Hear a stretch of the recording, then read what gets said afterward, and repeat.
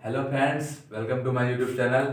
मैं अनिल गुप्ता आज आप लोगों के लिए लेकर आया हूँ क्लास ट्वेल्थ का टॉपिक। क्लास ट्वेल्थ में भी है, टेंथ में भी है, और ये वो टॉपिक है जो कंपटीशन लेवल में भी है। आपके क्लास ट्वेल्थ के लिए भी ये बहुत इंपॉर्टेंट है।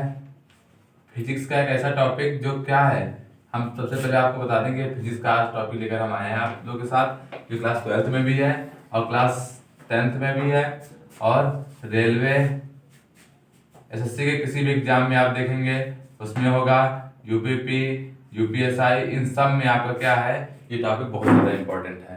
तो ये आज का वो टॉपिक है जो आपके लिए पूरा आगे तक आपका काम देगा।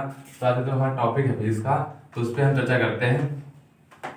तो ध्यान में रखिएगा, इसमें जितना भी हम पढ़ाएंगे वो सब कुछ आपके आगे तक का काम आने वाला है, ना कि टेंथ में ना इंटर में। तो आज का टॉपिक जो है वो है प्रकाश का परावर्तन तथा प्रकाश का परावर्तन तथा अपवर्तन। आज का जो टॉपिक है वो इस पे डिपेंड करता है, प्रकाश का परावर्तन और अपवर्तन पे। तो आप दो चीजें हम सिखाएंगे आपको, परावर्तन क्या होता है, अपवर्तन क्या होता है। सबसे पहले देखना पूरा वीडियो लास्ट तक देखिएगा, जिससे आपको पूरा पूरा आज का सब कुछ समझ में आ जाएगा जितना हम पढ़ाएंगे। केवल आपका 10 मिनट में प्रकाश का परावर्तन अपवर्तन समाप्त करने वाले हैं। देखो, सबसे पहले जानिए आपको प्रकाश क्या होता है। सबसे पहले हम क्या जानेंगे, लाइट, जिसको कहते हैं क्या, प्रकाश। प्रकाश क्या होती है, प्रकाश जो किसी वस्तु को देखने में हमारी क्या करता है, मदद करता है।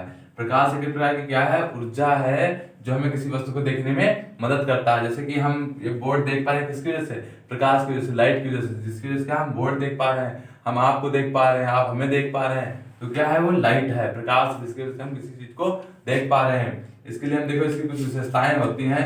नंबर 1, देखो प्रकाश की जो चाल होती है, प्रकाश की चाल कितनी होती है, 3 × 10⁸ मीटर प्रति सेकेंड होती है। प्रकाश की चाल कितनी होती है, 3 × 10⁸ मीटर प्रति सेकेंड होती है। और जो ये प्रकाश होता है सीधी रेखा में चलता है। और नंबर 3 जो होगा इसमें, वो होगा आपका क्या, कि ये क्या चलता है, दूसरी बात सीधी रेखा में चलता है। और क्या होता है इसमें, विद्युत चुम्बकीय तरंगों के रूप में चलता है। नंबर 3 जो है वो क्या होता है, विद्युत चुम्बकीय तरंगों के रूप में चलता है। तो ये आपका क्या होती है, इसकी विशेषताएं हो गई। सबसे पहली बात, ये क्या होता है, आपका प्रकाश की चाल कितनी होती है, 3 × 10⁸ होती है। ये सीधी रेखा में चलता है और क्या होती है, विद्युत चुम्बकीय तरंगों के रूप में चलता है। ये तो बात होगी आपकी प्रकाश की। अब बात जो हम जिस टॉपिक पे हमें चलना है वहां तक की कोशिश कर रहे हैं आपको खींचने की। सबसे पहले देखिए, हम आपको बताते हैं आज का कि दर्पण क्या होता है। दर्पण में क्या आपका होता है, कि दर्पण जो आपका होता है, दर्पण दर्पण जो होता है किसी भी खोखले गोले का, मतलब कोई ये गोला है आपका, समझना है पर, ये आपका खोखला गोला है। तो इसमें किसी भी खोखले गोले का वह भाग, अगर इसे क्या कर दिया जाए, हम 2 भाग कर दें, जैसे देखना है यहाँ पर, इसको काट दिया जाए, तो इस खोखले गोले को काट दिया जाएगा तो क्या हो जाएगा आपका, ये देखो यहाँ पे 2 बराबर भागों में बट गया, मतलब एक ऐसे आ गया और एक ऐसे आ गया। तो देखना यहाँ पर, ये जो आपका आया है, ये जिसके मतलब क्या करेंगे हम, जिसके अगर इसको 2 बराबर भागों में बांट दिया जाए, तो 2 बराबर भागों में बांट देने के बाद क्या हो जाएगा आपका, ये वाला भाग जो हो जाएगा, इससे अगर हम क्या करें, धसे हुए पार्ट पे कर दे कलाई। इसमें कलाई किस चीज की की जाती है, सिल्वर कलर की। किसकी, सिल्वर, क्योंकि सिल्वर जो होता है सबसे अच्छा परावर्तक माना जाता है। अगर कोई सबसे अच्छा परावर्तक है तो कौन सा है, सिल्वर है। अगर सिल्वर की, सबसे पहले देखो सिल्वर की इस पे क्या करते हैं, पेंट करते हैं, पेंट कहो, कलाई कहो, या फिर क्या करते हैं इस पे, देखो ये अगर धसे हुए पार्ट पे करते हैं कलाई, तो क्या हो जाता है, इसका नाम उत्तल, क्या होता है, उत्तल दर्पण है। क्या है, उत्तल दर्पण है। लेकिन अगर इसके उभरे हुए भाग पे हम क्या करते हैं, कलाई करते हैं, पेंट करते हैं इसको, तो कौन सा होता है दर्पण, अवतल दर्पण हो जाता है। तो दर्पण जो होते हैं 2 प्रकार के होते हैं। कौन कौन से, पहला, अगर अगर किसी भी खोखले गोले को हम भाग को उसको 2 भागों बराबर भागों में बांट रहे हैं, तो एक जो भाग अगर उसको धसे हुए पार्ट पे करते हैं कलाई, तो क्या कहते हैं, उत्तल दर्पण कहते हैं। अगर उसके उभरे हुए भाग पे करते हैं कलाई, तो उसको क्या कहते हैं, अवतल दर्पण कहते हैं। तो 2 भाग होते हैं इसके। इसके अलावा हम आपको बता दें कि इसमें सिल्वर सबसे की पेंट होती है, याद रखना, ये कंपटीशन लेवल में बहुत ज्यादा पूछा जाता है क्वेश्चन। और इसके अलावा हम आपको बता दें, 10th और इंटर के लिए तो बहुत ज्यादा इंपॉर्टेंट है, क्योंकि बोर्ड एग्जाम वालों के लिए बहुत ज्यादा इंपॉर्टेंट है, क्योंकि इसमें 5-6 नंबर का जरूर पूछा जाता है। अब चलते हैं हम आपको लेकर कि अगर आपका विकल्प का पूछा जाता है, ये कोई दर्पण ले लिए हम, अवतल दर्पण ले लिए, अवतल हो चाहे उत्तल हो, किसी में भी हो, किसी का भी हो। तो इसमें देखो, सबसे पहले हमको सिखाते हैं कि इसकी कुछ परिभाषाएं आती हैं, जैसे क्या आता है मुख्य अक्ष किसे कहते हैं, ध्रुव किसे कहते हैं, वक्रता केंद्र किसे कहते हैं। आपका केवल 2 मिनट में भी हम सारी परिभाषाएं इसी एक चित्र के माध्यम से बता देंगे, जिससे आपके समझ में आ जाएगा। देखो इसको क्या कहते हैं, दर्पण है, क्या है, मिरर है। इसको नाम दे देते हैं M1 और M2। मिरर है तो M से दे दिया नाम, कोई दिक्कत नहीं। दिक्कत देखो सबसे पहले इसको तो पहचान लिया कौन सा है दर्पण, अवतल दर्पण है। उत्तल दर्पण में परिभाषाएं यही होती हैं, ये नहीं कि अवतल में अलग होती है, उत्तल में अलग ना, सभी एक ही में होंगी, चाहे उत्तल की हो चाहे अवतल की हो, परिभाषाएं नहीं बदलेंगी। तो सबसे पहले देखो ये आपका अवतल दर्पण हो गया, और एक इसमें एक रेखा बीचों बीच से जाती है एकदम, जैसे परावर्तक तल है, इसको क्या कहते हैं, परावर्तक तल। परावर्तक तल के मध्य बिंदु से जो रेखा जाती है उसको क्या कहते हैं, मुख्य अक्ष कहते हैं। देखो पहली परिभाषा तुम्हारी क्या थी, मुख्य अक्ष की थी, इधर देख लो पहली परिभाषा थी कि मुख्य अक्ष की। तो मुख्य अक्ष तुम्हारा क्या होता है, मुख्य अक्ष परावर्तक तल के मध्य बिंदु से होकर जो रेखा जाती है, परावर्तक तल के मध्य बिंदु से जो होकर रेखा जाती है उसको क्या कहते हैं, मुख्य अक्ष कहते हैं। पहली चीज। दूसरी चीज आती है तुम्हारा ध्रुव। तो ध्रुव क्या है, मुख्य अक्ष परावर्तक तल को जिस बिंदु पर 2 बराबर भागों में बांटती है, मतलब ध्रुव किसे कहेंगे, जो परावर्तक तल को उसके मध्य बिंदु से 2 बराबर भागों में बांटती है उसको क्या कहते हैं, पोल। पोल का मतलब ध्रुव को किसे लिखते हैं, पी से। पोल कहते हैं इंग्लिश में, ध्रुव को हिंदी में कहते हैं। तो ठीक, उसको किससे लिखते हैं, पी से। तो पी क्या था, ध्रुव है, जो क्या कर रहा है, देखो परावर्तक तल को 2 बराबर भागों में बांट रहा है। तो ये हो गया तुम्हारा पोल। तो तीसरी परिभाषा जो आती है वक्रता केंद्र की। किसकी, वक्रता केंद्र। देखना अभी 2 ही मिनट लगेंगे और 5-6 परिभाषाएं हम सभी क्लियर कर देंगे आपकी। तो वक्रता केंद्र होता है, तो वक्रता केंद्र क्या होता है, जिस भी देखो ये जो आपका दर्पण बना है यहाँ पर, दर्पण किसी ना किसी देखो खोखले गोले का भाग होगा कि नहीं होगा, किसी से काट के तो बनाया गया है, बनाया गया कि नहीं बनाया गया। अब उस पूरे गोले का कहीं ना कहीं वो केंद्र होगा, बीचों बीच का केंद्र होता है। तो जो केंद्र होगा, जिस मतलब ये जो खोखला जो आपका परावर्तक तल बना है, ये अवतल दर्पण बना है, ये जिस भी खोखले गोले का क्या होगा, भाग होगा, जिस भी खोखले गोले का क्या होगा, भाग होगा, उसके केंद्र को क्या कहते हैं, वक्रता केंद्र कहते हैं। वक्रता केंद्र को हम लिखते हैं सी से। समझ में आया, क्या कहेंगे, जिस भी खोखले गोले का भाग है उसके केंद्र को क्या कहते हैं, वक्रता केंद्र कहते हैं, इसको लिखते हैं सी से। तो तीसरी परिभाषा वक्रता केंद्र समझ में आ गया। चौथी परिभाषा आती है वक्रता त्रिज्या। क्या आती है, वक्रता त्रिज्या। तो देखो वक्रता त्रिज्या को हम लिखते हैं आर से। किससे लिखते हैं, आर से। इसको हम हटा दे रहे हैं, ये तो हमने माना है ना कि किसी न किसी खोखले गोले का भाग है। तो वक्रता त्रिज्या क्या होती है, देखो वक्रता त्रिज्या का ध्रुव आ गया और क्या गया, वक्रता केंद्र आ गया। तो वक्रता केंद्र और ध्रुव के बीच की दूरी को क्या कहते हैं, वक्रता त्रिज्या कहते हैं। तो समझ में आया, मतलब वक्रता केंद्र और ध्रुव के बीच की जो ये आपकी है क्या दूरी, इसको क्या कहते हैं, वक्रता त्रिज्या कहते हैं, मतलब आर से इसको लिखते हैं। ठीक, तो जब आपकी वक्रता त्रिज्या भी क्लियर हो गई, नंबर 5 पे आपका आता है फोकस। क्या आता है, फोकस को या फिर फोकस, मुख्य फोकस करो, बात वही होती है। तो देखो पहली चीज में समझना, मतलब कि अगर कोई भी प्रकाशित किरण आती है, ये प्रकाशित किरण आई, ठीक, चाहे ये आए चाहे नीचे से आए, कहीं से भी आ रही है प्रकाशित किरण आ रही है, ध्यान देना, प्रकाश की किरण अब यहाँ पे से क्या होगा, परावर्तक तल से टकराएगी। तो टकराने के बाद समझना है, यहाँ पर ये प्रकाश की किरण आ रही है, टकराने के बाद जिस बिंदु से होकर गुजरती है, जिस बिंदु से होकर गुजरती है उसको क्या कहते हैं, ये बिंदु से होकर जो गुजर रही है इस बिंदु को क्या कहेंगे, एफ। क्या कहेंगे, एफ। फोकस को किससे लिखते हैं, एफ से। तो ये तुम्हारा क्या फोकस है, मतलब क्या कहेंगे, मुख्य अक्ष के समांतर आने वाली प्रकाश की किरण परावर्तन के पश्चात जिस बिंदु से होकर गुजरती है उसे क्या कहते हैं, फोकस कहते हैं, या फिर मुख्य फोकस कहते हैं। बताओ आपका मुख्य फोकस क्या, इसको एफ से डिनोट करते हैं। तो ये भी आपको समझ में आ गया होगा। इसके बाद जो छठी परिभाषा आपकी लास्ट बची वो है फोकस दूरी। क्या है, फोकस दूरी, इसको लिखते हैं स्मॉल एफ से। तो ये स्मॉल एफ फोकस दूरी क्या है आपका, देखो ये आपका ध्रुव है और ये है फोकस। तो ध्रुव और फोकस के बीच की दूरी को क्या कहते हैं, स्मॉल एफ कहते हैं, मतलब कि फोकस दूरी कहते हैं। मतलब फोकस आ गया, फोकस और ध्रुव के बीच की दूरी को क्या कहते हैं, फोकस दूरी कहते हैं। ये आपकी 6 परिभाषा एक ही चित्र में हमने समझा दी है। ये 6 परिभाषाएं जो बहुत ज्यादा इंपॉर्टेंट है, तो क्लास 12th वाले, 10th और कंपटीशन लेवल सभी लोग इसको देख ले, जिसको क्या हो जाएगा, आपका ये चीज क्लियर हो जाएगी, आपकी 6 परिभाषा क्या हो जाएंगी, एकदम मेंटेन हो जाएंगी। तो 6 परिभाषा हो गई। इसके बाद जो आपका नेक्स्ट टॉपिक है उस पर चलते हैं, इसका स्क्रीनशॉट लेना हो तो ले लीजिएगा। चलते हैं नेक्स्ट टॉपिक पे। नेक्स्ट टॉपिक जो है वो आपका जो लेसन का नाम है उस पर चलते हैं कि प्रकाश जान गए, प्रकाश का कुछ थोड़ा दर्पण और पहचान लिए। अब चलते हैं परावर्तन पे। किस पे, प्रकाश के परावर्तन पे। तो परावर्तन समझना आपको, क्या परावर्तन, तो परावर्तन में आपको कुछ नहीं जानना है, देख लीजिए, बहुत बहुत शॉर्ट चीज है, बहुत ईजी चीज है। देखिए यहाँ पर क्या करते हैं, एक को लेते हैं मिरर, ये ले लिया M1, समतल दर्पण ले लिया M2, ये क्या है आपका कोई दर्पण है दर्पण, दर्पण है आपका। दर्पण में क्या हुआ, कोई भी जब प्रकाशित किरण किसी परावर्तक तल से टकराती है, ये परावर्तक तल है आपका, दर्पण है, जब कोई भी प्रकाशित किरण किसी परावर्तक तल से टकराती है, तो टकराने के बाद क्या होती है, उसी माध्यम में वापस लौट जाती है। मतलब ये जिस माध्यम से आई है जैसे, वैसे ही क्या हुई है, वापस हो गई। और इस मतलब जो प्रकाशित किरण जिस माध्यम से इस परावर्तक तल से आई और परावर्तक तल से टकराने के बाद वापस हो गई, तो इस क्रिया को क्या कहते हैं, परावर्तन कहते हैं, रिफ्लेक्शन कहते हैं। मतलब जो प्रकाश का परावर्तन हुआ, कैसे हुआ, जिस माध्यम में आए उसी माध्यम में क्या हो जाए, लौट जाए। बहुत ईजी चीज, देखो जिस माध्यम में आए उसी माध्यम में वापस चली जाए, तो इस क्रिया को क्या कहते हैं, प्रकाश का परावर्तन कहते हैं। तो जो किरण आती है इसको क्या कहते हैं, आपतित किरण कहते हैं। क्या कहते हैं, आपतित किरण। देखो कुछ नहीं है, बहुत इजी नाम है, आ रही है तो क्या हो जाएगी, आपतित किरण। अब ये जा रही है तो क्या कहेंगे इसको, परावर्तन के बाद भी है ना, तो क्या कहेंगे इसको, परावर्तित किरण। क्या कहेंगे, परावर्तित किरण कहेंगे। तो आपकी क्या हो गई, परावर्तित किरण हो गई। अब बीच में जो आपके ये लंब खींचते हैं सीधा सीधा 90 अंश पे, तो ये मतलब परावर्तक तल से 90 अंश पे होता है, तो इसको क्या कहते हैं, आपका अभिलंब। क्या कहते हैं, अभिलंब कहते हैं।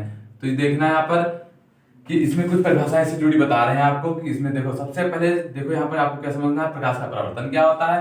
प्रकाश का परावर्तन क्या होता है, जब प्रकाश किसी माध्यम से किसी तल पे टकराता है, माध्यम से आकर किसी तल से टकराता है, तो उसी माध्यम में क्या होता है, वापस लौट जाता है, तो इस क्रिया को कहते हैं प्रकाश का परावर्तन। जो किरण आती है उसको कहते हैं आपतित किरण, और जो परावर्तित होने के बाद जाती है उसको कहते हैं परावर्तित किरण। इसके बीच के अभिलंब लंब जो खींचा जाता है उसको कहते हैं अभिलंब। और यहाँ पर याद कर लीजिए कि आपतित किरण और अभिलंब के बीच में जो कोण बनता है उसको कहते हैं आई। आई का मतलब क्या होता है, आपतन कोण। क्या होता है, आपतन कोण। अगर आपको क्या कहा जाए, आपतन कोण क्या होता है, तो क्या बताएंगे, आपतित किरण और अभिलंब के बीच बने कोण को आपतन कोण कहते हैं। और आपका जो अभिलंब और परावर्तित कोण के बीच कोण बनता है उसको कहते हैं आर। आर को क्या कहते हैं, परावर्तन कोण। क्या कहते हैं, परावर्तन कोण। ये आपका आर होता है और ये होता है आपका आई। यहाँ से आपको कुछ परिभाषाएं क्लियर हुई। अब जो नेक्स्ट टॉपिक आता है वो आता है परावर्तन के नियम। तो परावर्तन के नियम देखना, आप कुछ नहीं है, बहुत इजी नियम है, दोनों नियम इसी से हम लिखेंगे। तो पहला नियम जो होता है आपका, पहला नियम जो है आपका प्रकाश का परावर्तन, वो क्या होता है, आपतित किरण और परावर्तित किरण और अभिलंब तीनों कहाँ होते हैं, एक ही तल पे होते हैं या फिर एक ही बिंदु पर होते हैं। तो पहला नियम क्या हो जाएगा, आपतित किरण तथा परावर्तित किरण और अभिलंब तीनों कहाँ होते हैं, एक ही तल पर होते हैं। क्या होते हैं, एक ही तल पर होते हैं या फिर एक ही बिंदु पर होते हैं, कुछ भी आप कह सकते हैं।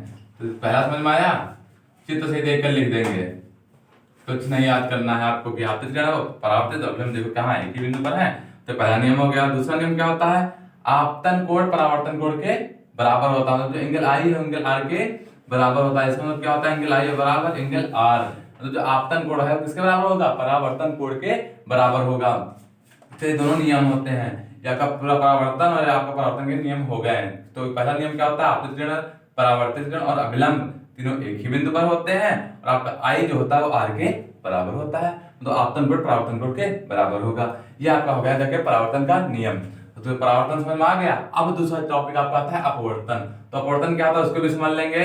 इसको देख लीजिए पूरा, स्क्रीनशॉट ले लीजिए इसका, जो आप भविष्य में कभी नहीं भूलेंगे इस चीज को।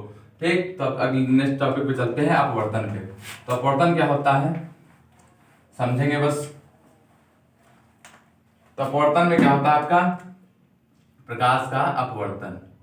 बस ये भी 2 मिनट का है टॉपिक, आपका वीडियो समाप्त होने वाला है। तो प्रकाश का अपवर्तन क्या होता है, देखो उसमें क्या था, एक ही माध्यम से आती थी प्रकाश किरण, एक ही माध्यम में उसी माध्यम में वापस लौट जाती थी। लेकिन यहाँ पर क्या आ गया, अपवर्तन। तो अपवर्तन में बस आपको एक चीज माइंड में बिठा लेनी है कि इसमें क्या होंगे, 2 माध्यम होंगे। कितने माध्यम होंगे, कोई 2 माध्यम होंगे। मतलब कि ये आपके बीच में कोई तल है, इस पे आपको बाहर माध्यम कोई है वायु।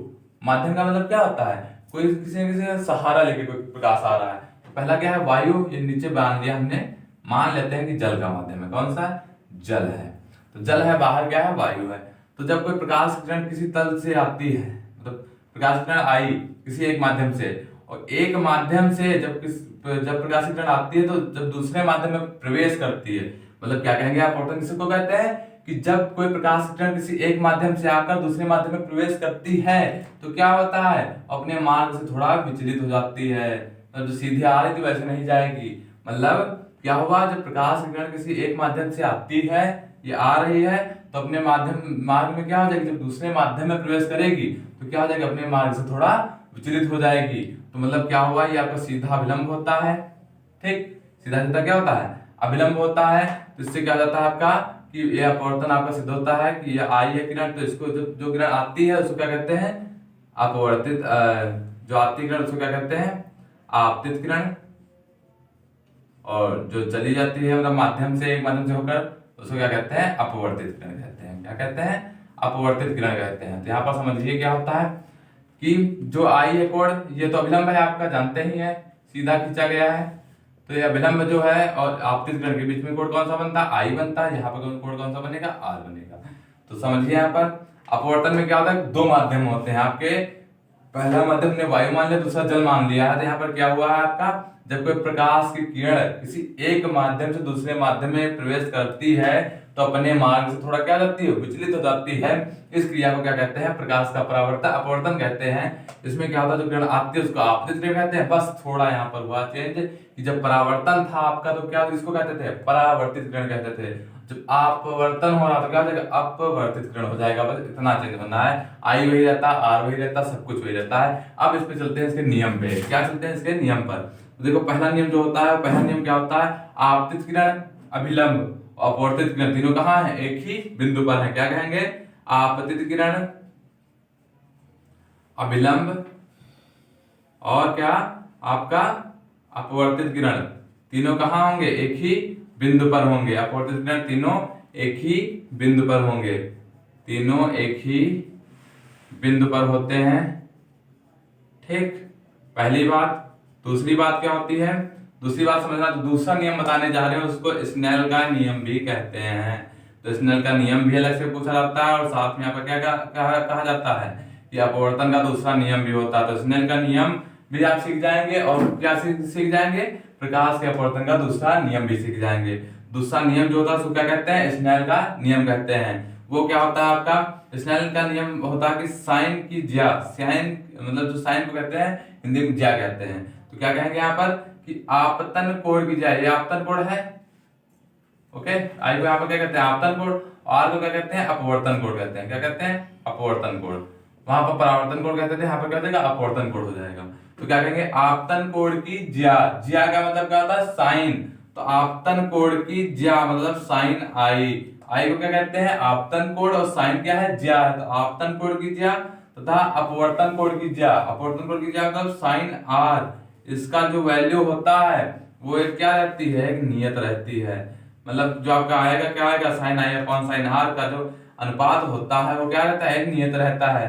मतलब यहाँ से एक सूत्र बनता है आपका, sine I upon sine R equal to N. अब एन का है यहाँ पर, एन है आपका क्या, अपवर्तनांक है। क्या है, अपवर्तनांक है। तो यहाँ पे आपके एक बात समझ में आ गई होगी कि प्रकाश का अपवर्तन क्या होता है।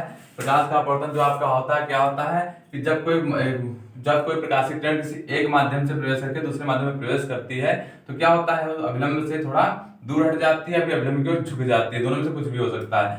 तो ये होता है आपका विरल और सघन पे डिपेंड करता है कैसा माध्यम है। तो ये घटना को कहते हैं प्रकाश का अपवर्तन। इसका पहला नियम क्या होता है कि आपतित किरण, अभिलंब और अपवर्तित किरण तीनों कहाँ एक ही बिंदु पर हैं। और स्नेल का नियम क्या होता है, दूसरा जो नियम है स्नेल का नियम कहलाता है। वो क्या होता है, sine I upon sine R क्या होता है, उसका नियत मतलब कि आपतन कोण की ज्या तथा अपवर्तन कोण की ज्या का अनुपात जो होता है नियत रहता है। नियत क्या है, अपवर्तनांक है। तो एन यहाँ पर क्या है, अपवर्तनांक है। तो आज का टॉपिक समाप्त होता है। यहाँ पर हमने आपको कुछ समझाया कि परावर्तन क्या होता है, अपवर्तन क्या होता है। तो अगर आपको टॉपिक अच्छा लगा हो तो प्लीज इसको लाइक करिएगा और सब्सक्राइब करना हमारे चैनल को मत भूलिएगा। और अगर और भी अच्छा लग रहा हो तो इसको शेयर कीजिएगा। धन्यवाद।